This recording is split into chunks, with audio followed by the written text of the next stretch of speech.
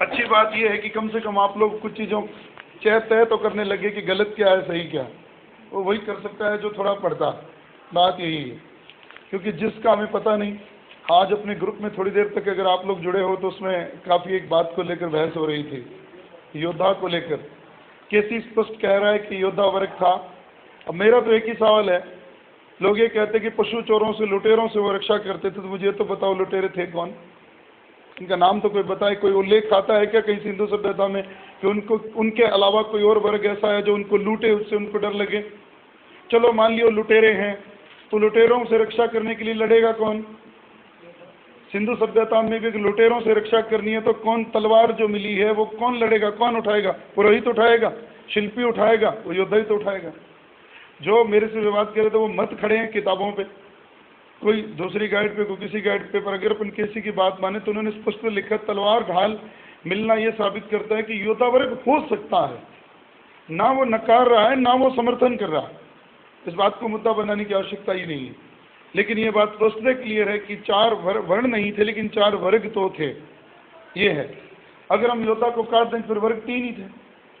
तो अब वो किताबें ये तो लिख देती हैं वर्ग 4 थे, लेकिन योद्धा को बाहर कर दो फिर वो 4 कौन थे जरा ये तो बताओ, तो फिर गड़बड़ हो जाती है। तो केवल लाइन पकड़ कर बात नहीं होती। अब आज देखो थोड़े 2 टॉपिक हैं अपने, हो जाएंगे पूरे।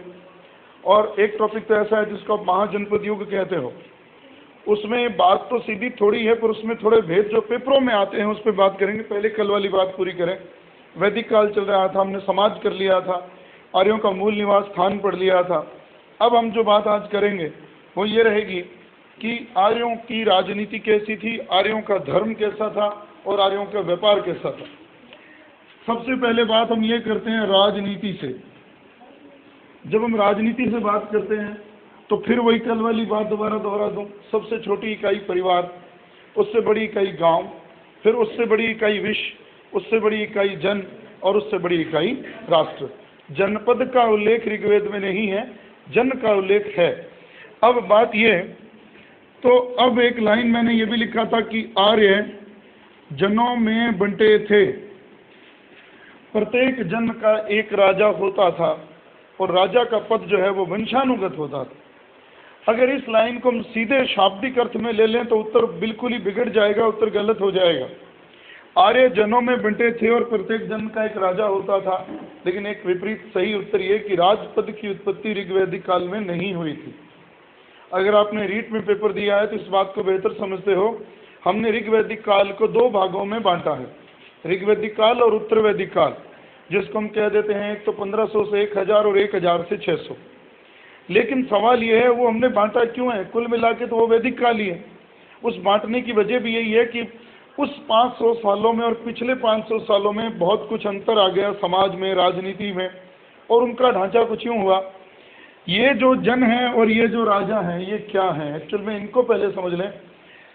आप ये जो शब्द बाद में पढ़ते हो जनपद और जन का मतलब तो है कबीला, और कबीले होते हैं घुमक्कड़, और घुमक्कड़ होने का मतलब यह है कि आर्य कबीले घुमक्कड़ थे। वो ये प्रूव करते हैं कि ये लोगों का पेशा पशु पालना ज़्यादा था, कृषि करना ज़्यादा नहीं था, क्योंकि जब तक आदमी कृषि नहीं करने लगेगा तब तक वो स्थायी आवास बनाकर रहना शुरू नहीं करेगा।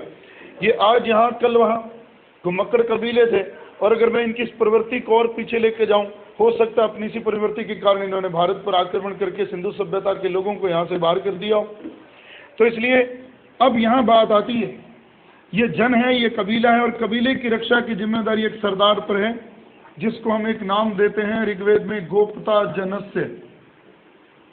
जन की रक्षा करने वाला व्यक्ति गोप्ता जनस्य है। और याद रहे ये कबीले की रक्षा किस लिए करता है? पशु चोरों से, लुटेरों से। उसको सिंधु सभ्यता में तो जोड़ना ही बेवकूफ़ी है, क्योंकि सिंधु सभ्यता में पशु धन नहीं थे, ऋग्वैदिक सभ्यता में पशु धन थे, गाय धन थी। अब एक बात और जोड़ दूं, ये जो पशु चोर हैं, एक बहुत बड़ी बात है, ये ऋग्वेद में पशु चोर हैं कौन? पणी, जो व्यापार तो करते ही हैं, सूदखोर भी हैं, जिनको वेकनाट कहा गया। वेकनाट मतलब सूदखोरी करने वाले लोग, जो लालची हैं, पैसे के लिए कुछ भी कर सकते हैं, और पैसा उस समय क्या है? पशु है। तो इसलिए पैसा इकट्ठा करने का मतलब वो पशु चोर है। और आर्य लोग अपने कबीलों की रक्षा के लिए एक सरदार चुनते थे, जिनको मैं राजा कह रहा हूँ। वो गोप्ता जनस से हैं, किन से बचाव करने के लिए? पणियों से। सूदखोर, जो मुनाफाखोरी करते हैं, ब्याजखोरी करते हैं, सूदखोर। ऋग्वेद में उनके लिए शब्द आया है वेकनाट। अब ये तो बात जरूर हमें ये भेद ये पढ़ना है कि ऋग्वेदिक काल का राजा संप्रभु शक्तिशाली राजा नहीं है, साम्राज्यवादी राजा नहीं है। वो केवल राजा एक बात का ही है कि वो कबीले का रक्षक है, और वो पशु चोरों से। यही मैं साथ और जोड़ दूं, चलो वो बाद में, उत्तरवैदिक काल बाद में। तो आर्य जनों में बंटे थे, प्रत्येक जन का एक राजा होता था, और राजा का पद वंशानुगत होता था। लेकिन अब उस तरीके से नहीं जैसे किताबों में लिखा है। राजा का पद वंशानुगत तो होता था। वंशानुगत का मतलब उसके मरने के बाद उसका ज्येष्ठ पुत्र उसका उत्तराधिकारी होगा। लेकिन सवाल ये है, अगर वो योग्य नहीं है तो उसको बदली भी किया जा सकता है। किस संस्था के द्वारा? समिति। हम 3 नाम पढ़ते हैं, विदत, सभा और समिति। प्रश्नों की बात कर रहा हूं जहां अथर्ववेद में सभा और समिति को प्रजापिता की 2 पुत्रियां कहा गया है। एक प्रश्न बहुत बार IAS लेवल तक भी आया, नकली सा प्रश्न और पेपर में बहुत आता है। किन को कहा गया? सभा और समिति को। किसमें कहा गया? अथर्ववेद में कहा गया। किसकी पुत्रियां कहा गया? प्रजापिता। अब ये भी याद रखना, वो प्रजापिता कौन है? जिसको आज हम ब्रह्मा कहते हैं वो नहीं। उस समय का प्रजापिता था विश्वकर्मा, जो दुनिया को चलाने वाला एक पावर है। ब्रह्मा नाम तो उसे बहुत बाद में गुप्त काल में मिला है। पहले उन्होंने जब ऋग्वेदिक आर्यों ने जब देखा कि देवता बहुत हैं, इनका कोई सर्वप्रमुख देवता भी है, तो उन्होंने उसको नाम दे डाला विश्वकर्मा प्रजापिता। और वो ब्रह्मा नाम तो बहुत बाद में मिला है। तो ये ध्यान रखें, ये 3 संस्थाएं उस समय थी। और एक बात और, लड़कियां, औरतें इनमें हिस्सा लेती थी। लेकिन ऋग्वेद के अनुसार एक ही उल्लेख है कि औरतें इसमें हिस्सा लेती थी, लेकिन इसमें बहुत उल्लेख है। विदत में हिस्सा लेती थी, लेकिन एक क्लियर कर दूं, जो विवाद आता है पेपर में, ऋग्वेदिक काल में स्त्रियां यद्यपि सभा और समिति में हिस्सा लेती थी, विदत में भी हिस्सा लेती थी, लेकिन उनको राजनीति के अधिकार नहीं थे। ये ध्यान रखना, राजनीति के अधिकार भी नहीं थे, संपत्ति के अधिकार भी उनको नहीं थे।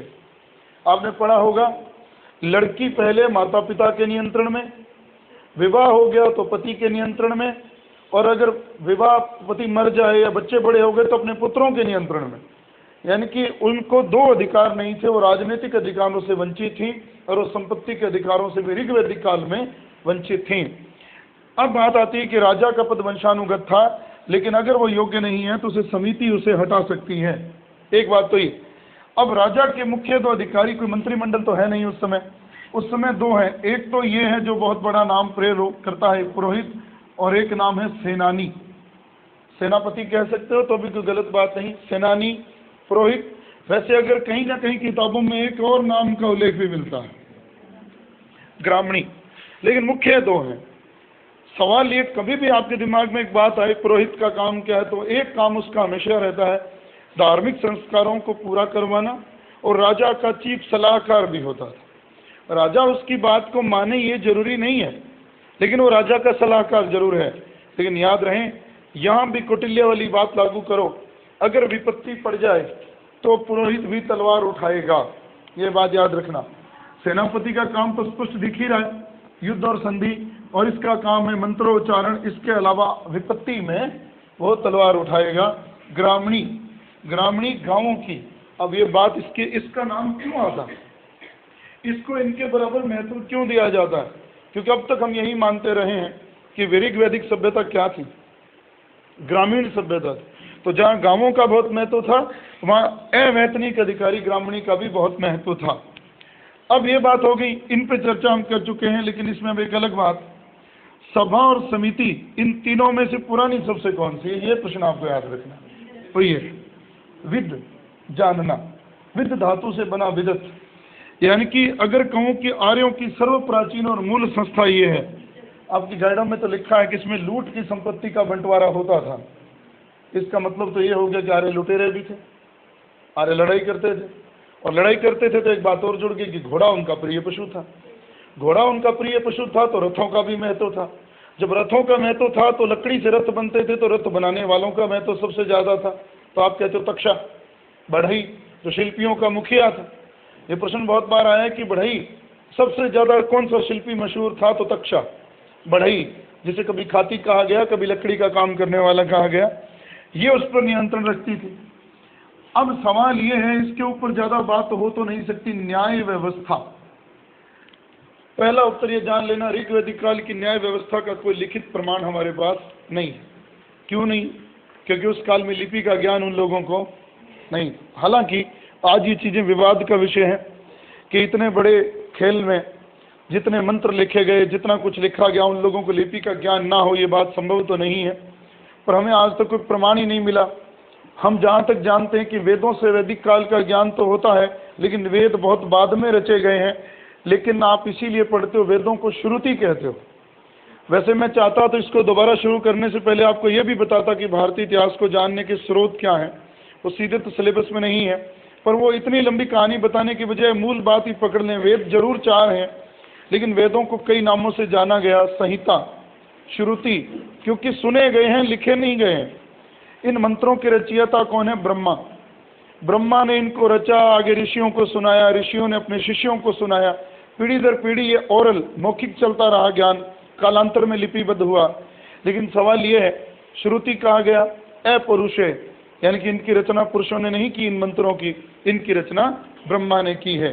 लेकिन सवाल ये है कि इस काल के लोगों को लिपि का ज्ञान तो नहीं है, और दूसरी बात इसीलिए न्याय व्यवस्था लिखित नहीं है।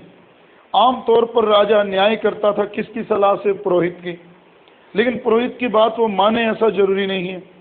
न्याय करने के लिए जिन परंपराओं को ध्यान में रखा जाता था वो धार्मिक परंपराएं थी। आप ये भी पढ़ते हो कि दंड कैसे लगते थे कि 100 गायें जमा करा दो। शतदाय पढ़ते हो, एक शब्द आता है कैसे में लिखा है शतदाय, 100 गायें जमा कराओगे जुर्माने के रूप में। और ऐसी परीक्षाएं भी ली जाती थी, अगर आदमी को सच ना बोले तो दिव्य परीक्षाएं भी ली जाती थी। और वो आप कई बार टीवी सीरियलों में भी देख लेते हो, पुराने तिलिस्मी नाटकों में, आग पे हाथ रखो, जलती तेल में डाल दो, ये कुछ सच उगलवाने के तरीके थे। और जहाँ आप पढ़ते हो कि ऋग्वैदिक काल में पुलिस की व्यवस्था भी है। 2 शब्द पढ़ते हो, किरण गाइड में भी लिखा है उग्र और जीवग्रभ। 2 शब्द आते हैं, उग्र और जीवग्रभ, जो पुलिस अधिकारियों का काम करते हैं।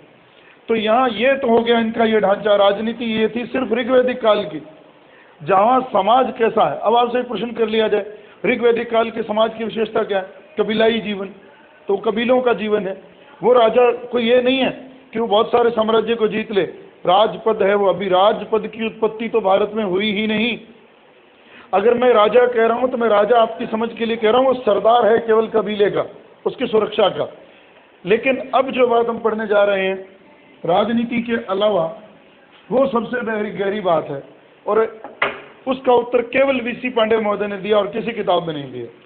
वो आपको लगेगा, हम अगर ये पढ़ते हैं कि आर्यों का धर्म कैसा था, तो हमारे दिमाग में एक ही उत्तर आया कि आर्यों की 3 कोटियां थी देवताओं की, पृथ्वीवासी, आकाशवासी, अंतरिक्षवासी। वो नहीं पढ़ा राम, वो तो सबको पता है। धर्म क्या था? वो तो देवताओं की श्रेणियां हैं, उनका धर्म क्या था, धर्म की थीम क्या थी? वो ये है, आर्य प्रवृत्ति मार्गी थे। ये पहली लाइन, और मैं इसको पूरा कर दूं, सुनना, इसी में उत्तर है एक लाइन में। आर्य प्रवृत्ति मार्गी थे, उनको मोक्ष से लगाव नहीं था। क्या बात आई सामने? प्रवृत्ति मार्गी 2 ही तो मार्ग हैं दुनिया में, निवृत्ति मार्ग और प्रवृत्ति मार्ग। निवृत्ति मार्ग वो है जो सब कुछ छोड़ छाड़ के आप चले गए जंगलों में। प्रवृत्ति मार्ग वो है कि आपको ये है कि ये जग मिठा अगला किन डिठा, कि जब तक जियो मौज से जियो, मरने के बाद किसने देखा है। तो आप ऋग्वेद को अगर गौर से इतना समझे हो जितना आपने पढ़ा है, तो उसमें एक ही चीज बार बार दिख रही है, देवताओं की स्तुतियां। हम यही तो पढ़ते हैं ना, ऋग्वेद के 1028 सूक्त, 10,462 मंत्र, ये जो सारा मामला उसमें है वो मंत्र हैं। सवाल ये, वो मंत्र क्यों गाए गए हैं, क्या कर रहे हैं वो मंत्र? वो मंत्र देवताओं से मांगी जा रही हैं चीजें। इंद्र से मांगा जा रहा है, हमारे घर धन धान्य से भरे रहें, हम युद्धों में कभी हारे नहीं, हमारे पर्याप्त वर्षा पड़ती रहे, अकाल कभी नहीं पड़े। अगर आप कैसी की किताब पढ़ते हो तो आप ये भी पढ़ते हो, कुरु जनपद में कभी ओले नहीं पड़े, करते हो ना एक लाइन। तो ये बातें क्या, वो उनका जोर ज़्यादा किस चीज़ पर है कि जब तक ये जीवन रहे तब तक हमें भौतिक समृद्धि प्राप्त रहे। इसी की डिमांड वो यज्ञों के माध्यम से किससे कर रहे हैं? देवताओं से। और वो जो डिमांड की गई है वही किसका, उसी का संकलन क्या है? ऋग्वेद, या आगे कहूँ साम, यजु, अथर्व। तो सवाल ये, आर्य प्रवृत्ति मार्गी थे, उनको मरने के बाद मोक्ष का कोई मतलब नहीं था। जब तक जीना है भौतिक समृद्धि उनके पास होनी चाहिए। ये उनका पहला धर्म का सूत्र। दूसरा सूत्र है, आर्य इसकी पूजक थे, प्रकृति की पूजा करते थे। और पूजा करने की एक बात और जोड़ दूं, किस माध्यम से पूजा करते थे? सीधी सी बात, आदमी प्रकृति को दो तरीकों से ही पूजता है। या तो आदमी की जरूरत पूरी होती है या आदमी वहां पहुंच नहीं सकता। जहां तक आदमी के पहुंच नहीं है, लेकिन है बड़ी कौतूहल की चीज हमारे लिए, वो भगवान हो जाती है। चंद्रमा है, सब जानते हो चंद्रमा की अपनी कोई रोशनी नहीं है, सूर्य से रोशनी लेके चमकता है। लेकिन हम वहां तक पहुंच भी गए हैं, आज की दुनिया तो पहुंच गए, लेकिन जिस समय की बात हो रही है उनके लिए रात्रि में दिए के समान जलने वाला बहुत बड़ा देवता हो गया चंद्रमा। सूर्य नहीं होता तो हम जीवन नहीं होता, इसलिए सूर्य देवता हो गए। और पानी नहीं होता तो जल से प्यास नहीं बुझती, उसके बिना जीवन नहीं होता तो जल देवता हो गया। वो पूज किसको रहे हैं? प्रकृति को रहे हैं। उनको मैं कई चीजें लिखने के बजाय मैं सीधे बोल रहा हूँ, ज्यादा जुड़ेगी एक एक बात। पूजा किसको? प्रकृति की शक्तियों को। अब पानी को पूजो, कोई रूप तो है नहीं, रूप बनाया गया फिर आदमी का। तो इसको यूं जोड़ोगे, वो प्रकृति की पूजा किसके माध्यम से? यज्ञों के। और वो अपने भौतिक जीवन की सारी जरूरतें विभिन्न यज्ञों के माध्यम से देवताओं का आह्वान करके पूरी करते थे। लेकिन सवाल ये, उन्होंने ऐसा करने से पहले देवताओं को शक्ल दी, मूर्ति नहीं बनाई, देवताओं का मानवीकरण किया उन्होंने। लेकिन एक बात और कही गई है, वो हैं तो मानवों की तरह, लेकिन हम जैसे मानवों की तरह उनमें दुर्बलताएं नहीं हैं। इनके हम छोटी छोटी बात पर गिर जाते हैं, हमारा पतन हो जाता है। हमारे उन देवताओं में वो दुर्बलताएं नहीं हैं।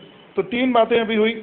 आर्यों का धर्म क्या था? आर्य प्रवृत्ति मार्गी थे, उनको मोक्ष से लगाव नहीं था, भौतिक जीवन में समृद्धि चाहते थे, उसी के लिए वो यज्ञों के माध्यम से अपने देवताओं का आह्वान करते थे।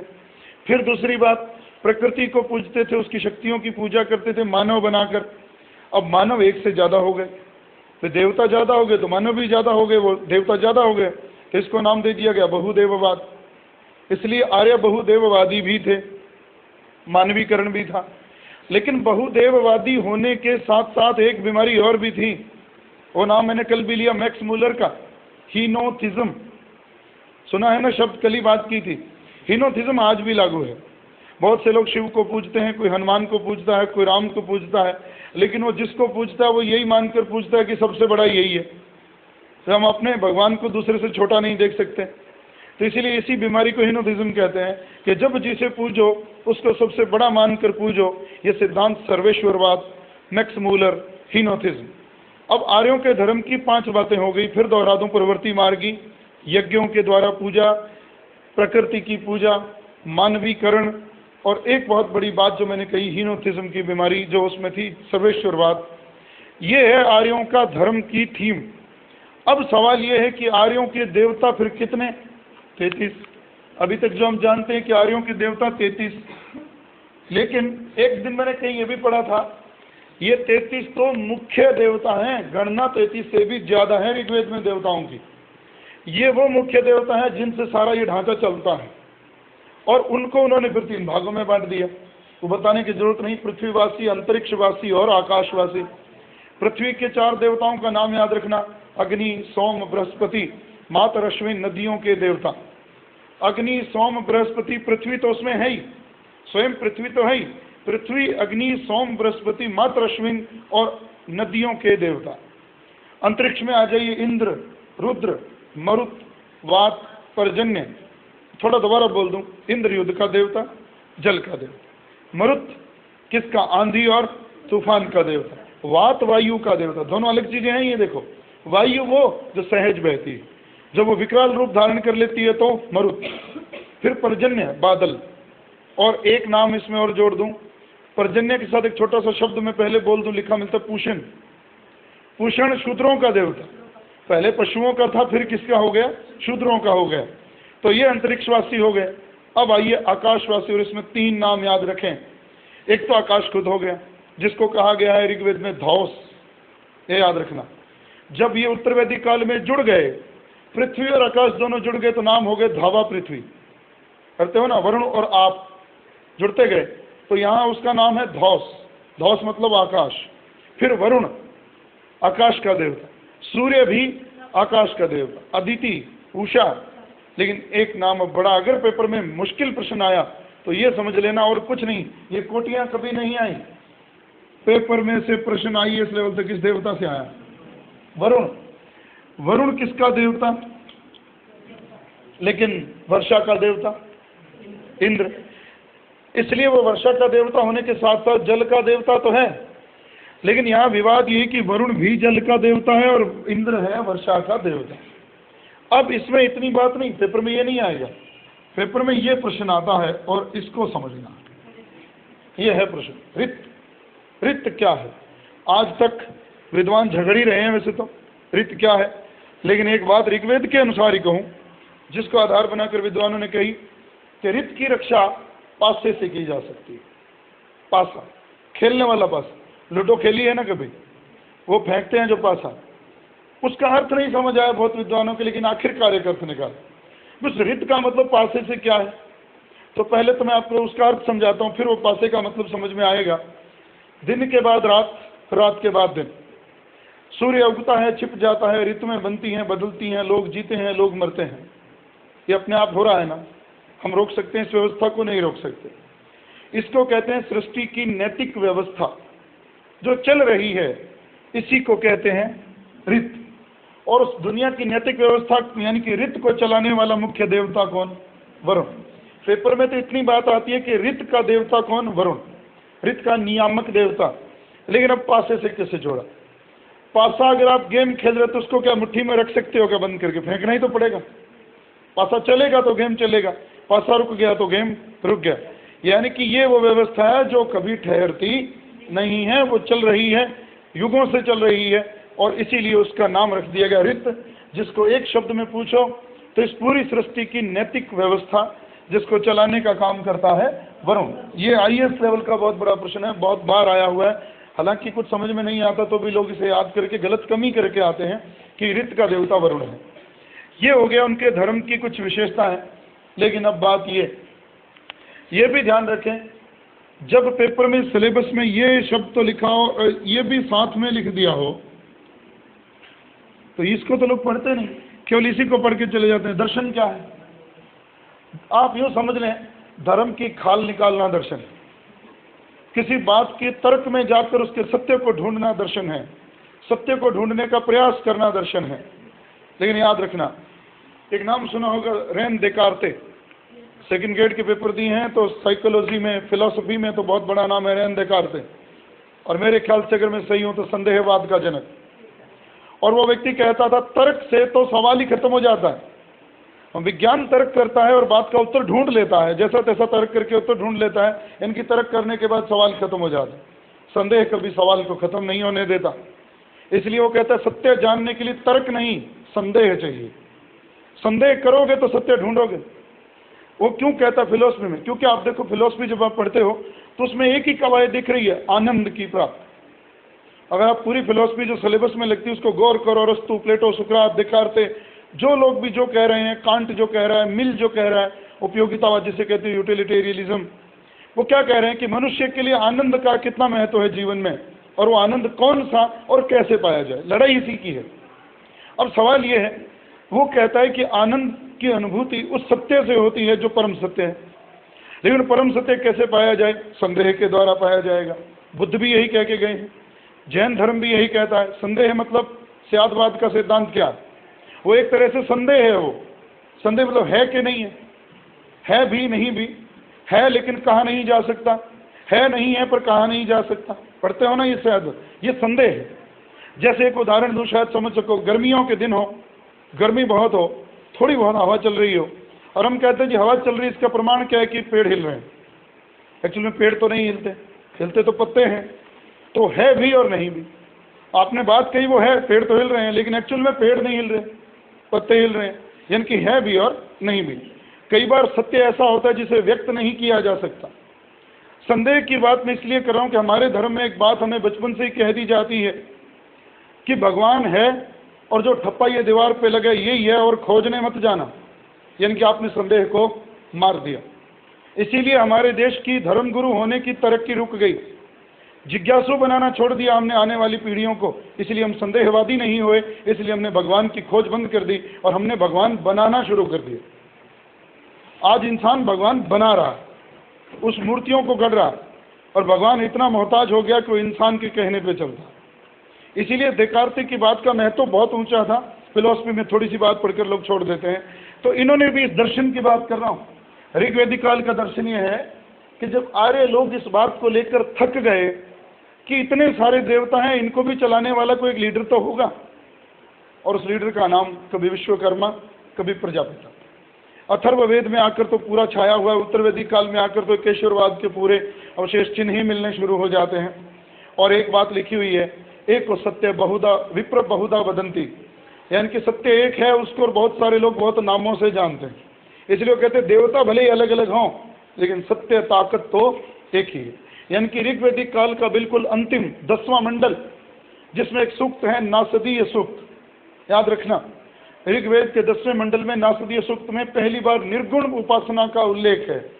निर्गुण उपासना क्या बताती है? निराकार ईश्वर वो एक है, यानी कि इन सगुण प्रक्रिया कर्म कांडों से तंग आकर उन्होंने खोज की कि इनका कोई एक परमात्मा भी हो सकता है। तो इसलिए ये उनका धर्म रहा। दोबारा समझ आ गई होगी बात। मैंने 3 कोटियों पे ज़्यादा जोर नहीं दिया क्लास में, और हमारी सारी गाइडें किताबें 3 कोटियों पे जोर देती हैं। केवल विमल चंद्र पांडे महोदय ने आईएएस की किताब लिखी, उसमें उन्होंने कहा व्हाट इज थीम, उनकी थीम क्या है धर्म की? आर्य प्रवृत्ति मार्गी हैं, आर्य बहुदेववादी हैं, देवताओं को मानवों की शक्ल दी है, मानवों में दुर्बलताएं नहीं हैं, भौतिकवादी हैं, मोक्ष से लगाव नहीं है। तो इसलिए ये ध्यान रखें। अब आगे बढ़ते हैं। अंतिम छोटी सी बात जो पेपरों में आती उतनी कचरा है बाकी, कि आर्यों का व्यापार कैसा था। अब इसका तो एक ही उत्तर मिल सकता है, जब आर्यों का पेशा ही पशु चराना था, ऋग्वेदिक आर्यों का, तो व्यापार की तो बात ही नहीं उठती। सवाल करें तो बात तो खत्म हो गई। लेकिन फिर विवाद खत्म नहीं हुआ। ऋग्वेद में एक शब्द कई बार आया है, समुद्र। समुद्र शब्द कहता है, एक तो समुद्र का वर्णन आया है, एक वर्णन आया 100 पतवारों वाली नाव का। अब 2 बातें क्लियर हैं। 100 पतवारों वाली नाव तो बहुत बड़ी होती है, 2 पतवारों की नाव भी बड़ी होती है, 100 पतवारों वाली नाव तो बहुत बड़ी होती है। वो छोटे मोटे किसी नाले में तो चल नहीं सकती। अगर उनको इसका ज्ञान है तो वो एक बड़ी जल राशि का भी उनको ज्ञान है जहाँ वो चल सकती है। एक बात, एक तो ये जोड़ो समुद्र का ज्ञान। दूसरा, कुछ शब्दों को देखिए, हिरण्यपिंड नाम सुना होगा, निष्क, शतमान, 3 शब्द बोल रहा हूं। और देखिए आप कहाँ उलझोगे। गाइड में भी बात लिखी है, पाद, कृष्णल, गुंजा, रत्तिका, नाम पढ़े होंगे। पाद, कृष्णल, गुंजा, रत्तिका, ये तोलने की इकाइयां हैं, मापने की इकाइयां हैं। लेकिन हिरण्यपिंड, निष्क, और जो 2 नाम मैंने लिए हैं, पहले तो निष्क और हिरण्यपिंड 2, पिछली बार फर्स्ट ग्रेड में प्रश्न आ गया ही है। क्योंकि देखो जिस बात पे विवाद है उसमें ज्यादा कुरेदनी की आपको जरूरत नहीं है। आप आज तक विद्वानों में विवाद है, निष्क क्या बला था। देखो उसमें एक समस्या है, मैं आपको क्लियर करूं। ऋषि पांडे ने लिखा है कि जो सिक्का हमें मिला है निष्क नाम का, उसमें छेद है। आज देखो गाँव में आज भी बच्चे सिक्के डाले घूमते हैं गाँवों में। अगर कोई ऐसा सिक्का मिल जाए तो उस पर भरोसा करना मुश्किल होगा कि मुद्रा के रूप में प्रयोग में आता था, किसी धार्मिक कर्मकांड के रूप में काम आता था। निष्क के बारे में पेपर में एक ही बात पूछी गई कि वो किस धातु का बना था, ये आया अभी, सोने का। हिरण्यपिंड भी सोने का, तो ध्यान रखना, निष्क सोना, हिरण्यपिंड भी सोना, ये 2 बातें ध्यान रखनी। उसने यही पूछा सीधा। लेकिन आप कहोगे यूं, जो सही उत्तर है, ऋग्वैदिक काल में जो निष्क पहले एक आभूषण था, वो कालांतर में जाकर किसका रूप धारण कर लिया? एक मुद्रा का रूप धारण उसने कर लिया। तो ये थोड़ा ध्यान रखना। अब एक शब्द और, अयस, कृष्ण अयस, श्याम अयस। और मैं ये 2 शब्द कहकर एक ऐसे विवाद में आपको डाल रहा हूं जो आजकल पेपरों में और आपको अगले चैप्टर में भी लेके जाएगा। वो ये विवाद है, ये लोहा। और अगर मैं कहूं प्राचीन काल के पूरे इतिहास में जो काम चंद्रगुप्त की तलवार ने नहीं किया, जो काम सिंधु सभ्यता के नगरों ने नहीं किया, वो लोहे ने कर दिखाया। मानते इस बात को? तो अगर आपने पढ़ा है तो लोहा वो है जिसने गंगा की तलहटी में जब ये मिला तो एक क्रांति हुई। और एक लाइन पढ़ना, बड़े बड़े साम्राज्यों के उदय होने में जिसका योगदान था वो लोहे का योगदान। क्यों? लोहे से दो चीजें बनती हैं। और ये भी याद रखना, जब पहले पहल इंसान को लोहा मिला, विवाद बहुत है, कुछ लोग इसको यहाँ भी रख देते हैं, ईसा पूर्व भी लोहे का ज्ञान हिंदुस्तान को हो गया था। लेकिन एक विवाद के अनुसार जो सही सटीक विवाद है वो ये भी रखा जाता है कि 800 ईसा पूर्व में लोगों को लोहे का ज्ञान हो गया था, लेकिन वो परिपक्व रूप में जब वो स्थापित हुआ तो महाजनपद युग की वो 6ठी शताब्दी ईस्वी पूर्व है। अब लोहे में सबसे पहले लोहे से क्या बना? हथियार। ये ध्यान रखना, पहले खेती में काम आने वाले औजार उसके नहीं बने, पहले हथियार बने हैं उससे, और हथियारों से युद्ध लड़े गए। जब खेती में काम आने के लिए फावड़ा, कुदाली, वो चीजें बनी तो उसे अतिरिक्त उत्पादन में योगदान मिला। दो चीजें हो गई। और अगर मैं कहूँ, एक शब्द याद रखना इतिहास में बहुत बड़ा है, पहला नगरीकरण किसे कहते हैं? सिंधु सभ्यता को कहते हैं। दूसरा नगरीकरण महाजनपद युग को कहते हैं। रीच डेविस एक लेखक हैं जिन्होंने पुस्तक लिखी बुद्धिस्ट इंडिया, उनमें पहली बार व्याख्या उन्होंने ही की है नगरीकरण की, दूसरे नगरीकरण की। ये भी याद रखना, हम आज तक पढ़ते तो रहे हैं कि दूसरा नगरीकरण हम कब कहते हैं, वो ये नहीं पूछता पेपर में महाजनपद युग, वो कहता है दूसरे नगरीकरण का समय क्या है, तो ये है 6ठी शताब्दी ईसा पूर्व का युग। और अगर आपने महाजनपदों को पहले पढ़ा हो तो आप पढ़ते हो राजगृह, श्रावस्ती, साकेत, बनारस, चंपा, ये क्या है? 6 बड़ी नगरियां हैं महाजनपद युगों की। तो अब मैं आपको कुछ आसान कर दूं बात ये, लोहे के जन्म ने तांबे के युग को लोहे में परिवर्तित किया, और लोहे से दो चीजें बननी बड़े महत्व की रही, एक तो युद्ध में लड़ने वाले अस्त्र शस्त्र, और एक दूसरा खेती में काम आने वाले उपकरण। जहाँ खेती में काम आने वाले उपकरणों से उत्पादन बढ़ा, वहीं हथियार बनने से बड़े बड़े युद्धों में विजयश्री मिलने के लिए साम्राज्यवाद को बढ़ावा मिला। साम्राज्यवाद को बढ़ावा मिलने का मतलब है अपने आप से संतुष्ट न होना, दूसरे राज्यों को भी जीतना। जब हम जनों ने फिर जनों को जीतना शुरू कर दिया तो बड़े साम्राज्यों के रूप में परिवर्तित हो गए और वो महाजनपद कहलाए। और फिर वही महाजनपद जिनको आप कहते हो 16, जिसमें 14 तो राजतंत्र हैं और 2 गणतंत्र हैं, वो नाम मैंने कई बार लिए हैं, अंग, मगध, काशी, कौशल, वज्जी, मल्ल, चेदी, वत्स, कुरु, पांचाल, अश्मक, शूरसेन, मत्स्य, अवंती, गांधार और कंबोज। इसमें 2 नाम आए हैं, वज्जी और मल्ल। पावा के मल्ल, कुशीनारा के मल्ल, वर्तमान उत्तर प्रदेश देवरिया जिला। वज्जी 8 राज्यों का संघ था जो उत्तर प्रदेश के उत्तर में लेकर नेपाल तक फैले हुए थे।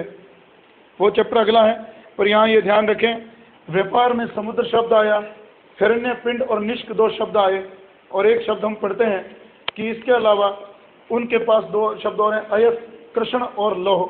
अब 2 हैं, श्याम अयस और कृष्ण अयस। तो इसके साथ 2 प्रश्न और बनाऊं। अगर मैं पूछूं ऋग्वैदिक काल के लोगों के जीवन में प्रयोग होने वाली सबसे बड़ी धातु कौन सी थी? प्रश्न है ये, तांबा। यद्यपि मैं कह रहा हूं कि जब आपने ये देखकर उत्तर बदल लिया आपने, वरना ये नहीं लिखा तो शायद आप उसको तांबा ही कहते। ऋग्वैदिक युग तांबे का युग है, वैदिक युग तांबे का युग है, बात ही छोड़िए, वैदिक युग तांबे का युग है। लेकिन जहां वैदिक काल खत्म होने को है उस समय धीरे धीरे तांबे का प्रयोग छूट रहा है और लोहे का प्रयोग बढ़ रहा है। इसलिए जहां कहा जाए मुख्य धातु तो तांबा है, लेकिन लोहे का ज्ञान उत्तर वैदिक काल के लोगों को है, ये ध्यान रखना, लेकिन मुख्य धातु तो तांबा रही। तो ये इनका ढांचा।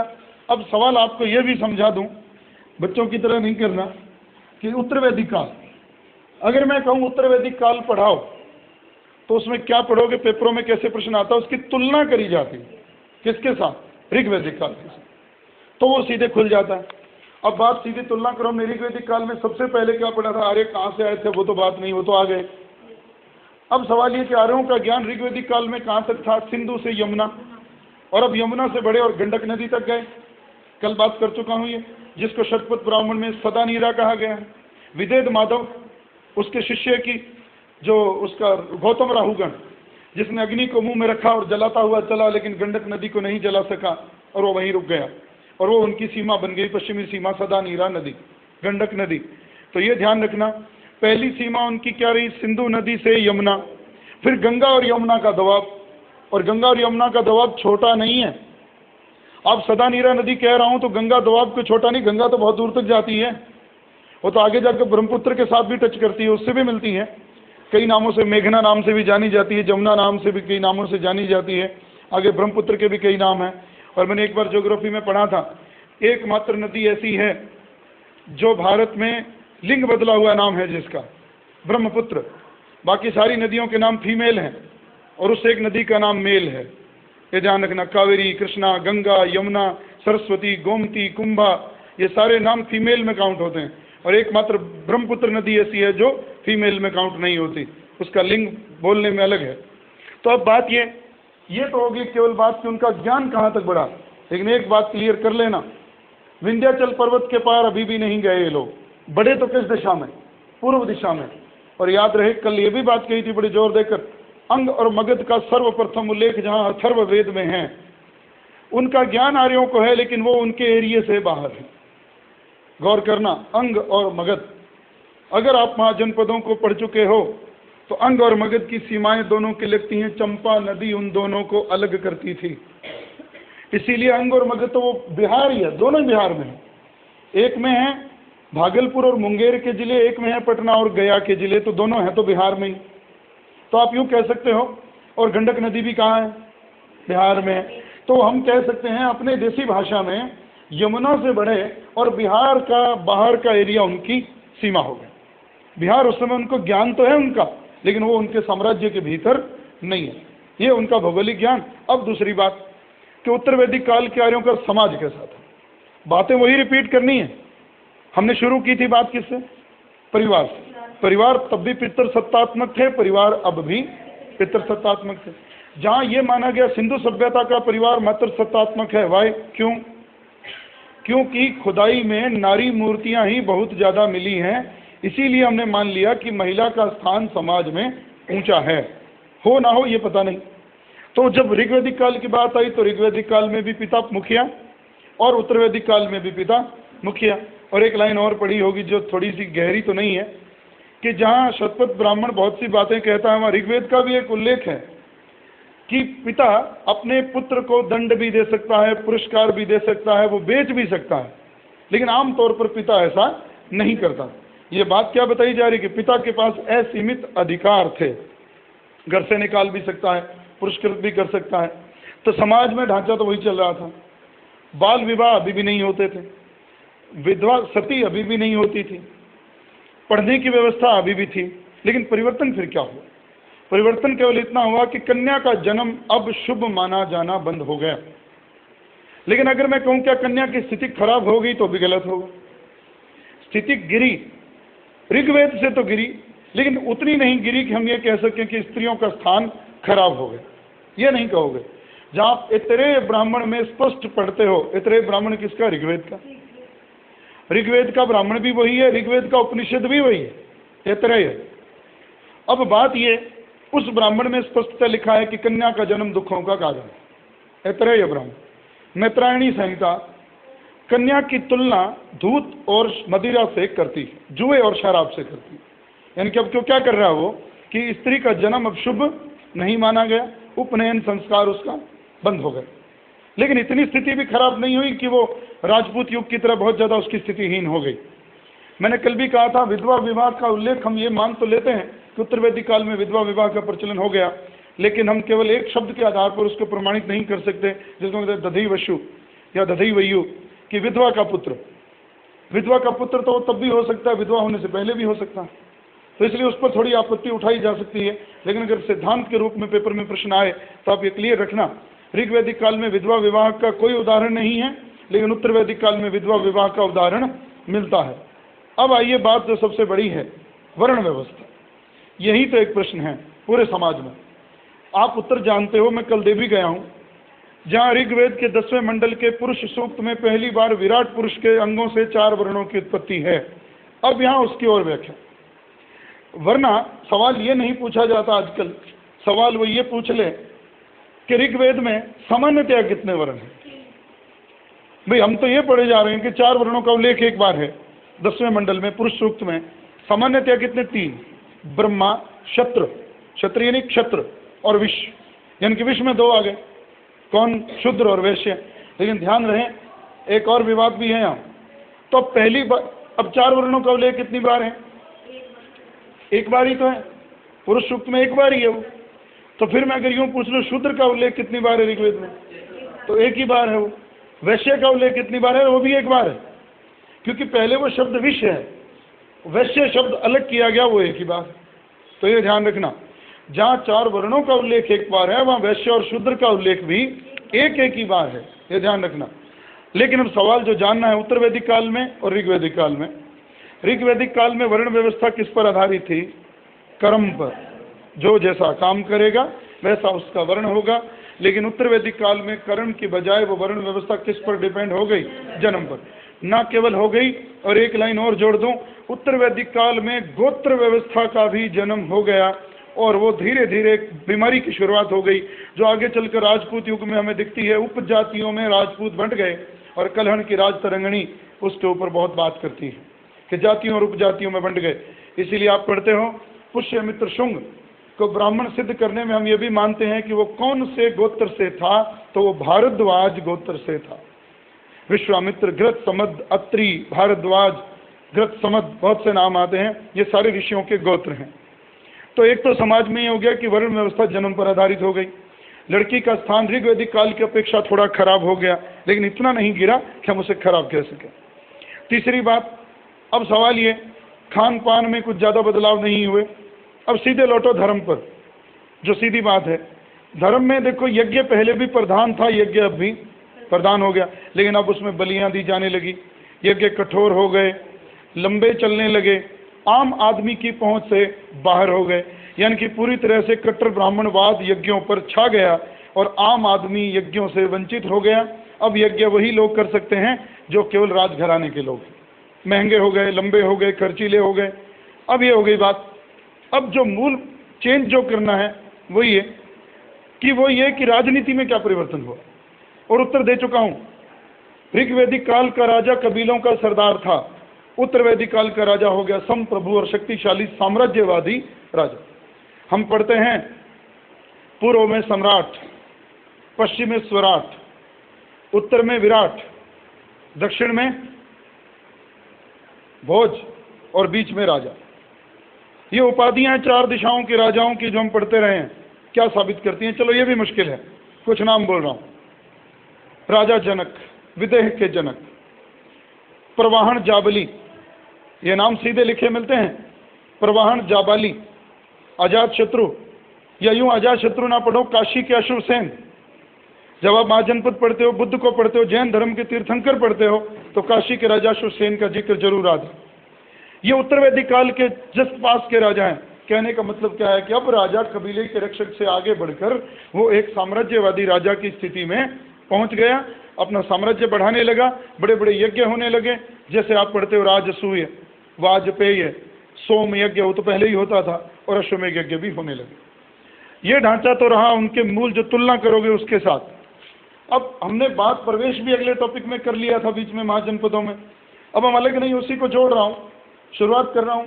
हर एक चैप्टर अगर 2 क्लासों में भी पूरा हो तो भी बड़ी बात नहीं है, लेकिन कुछ लोगों को पहले बात ये नहीं, आज एक थोड़ी नई बात करूँगा, वही आपको थोड़ी जानकारी नहीं है अभी, बाकी तो सारी जानकारी आपको रहती है, पढ़े हो। महाजनपद, इसको हटा दो, जनपद। नई बात जहाँ से मैं आपसे टेस्ट लेता हूँ, उस किताब के अनुसार इस काल को कहा जाता है जनपद युग। बड़ी विडंबना है, नई बात पढ़ी मैंने, लेकिन यहाँ से लेकर चंद्रगुप्त मौर्य के गद्दी तक बैठने के युग को कहा जाता है। अब ये अलग हो गई बात। हम आज तक तो केवल मैं खुद यही पढ़ाता रहा कि 600 से लेकर यहाँ तक का एरिया क्या कहलाता है महाजनपद युग। बात तो ठीक थी मेरी तो, लेकिन वो ये कहता है कि आए कबीलों में बैठे थे तो वो युग भी तो जनों का ही था, इसलिए वो जनपद है खाली, इसलिए ऋग्वेद में जनपद शब्द तो नहीं है। वो कैसे बना? यूँ 1000 रख रहा है, ऋग्वेदिक काल तो 1000 युग में खत्म हो गया। वो यहाँ से लेकर यहाँ तक रख लो, ये कौन सा युग था? उत्तर वैदिक युग। और उत्तर वैदिक युग में राजपद कैसा हो गया?